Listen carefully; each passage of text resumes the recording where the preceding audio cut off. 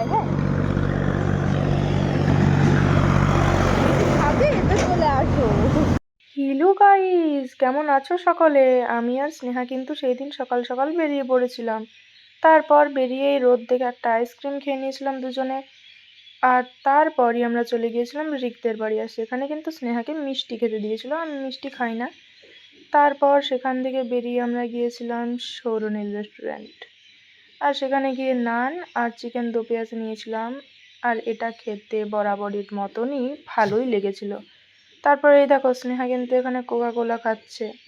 আর এই দেখো কোকা কোলা খেতে খেতে ও কিন্তু এখানে বাড়িও চলে যাবে। এ দেখো ও কিন্তু বাড়ি চলেও যাচ্ছে। তারপর আমিও বাসে করে বাড়ি ফিরে গিয়েছিলাম। তো এই ভ্লগটা এতটাই, বাই। আমি এখন এডিট করছি আর এখন হচ্ছে বিকেলবেলা। পাখির আওয়াজটা শুনতে পাচ্ছ? এই ভিডিওতে এটা পাখিরই আওয়াজ, আমি বিকেল এডিট করছি বলে আজ।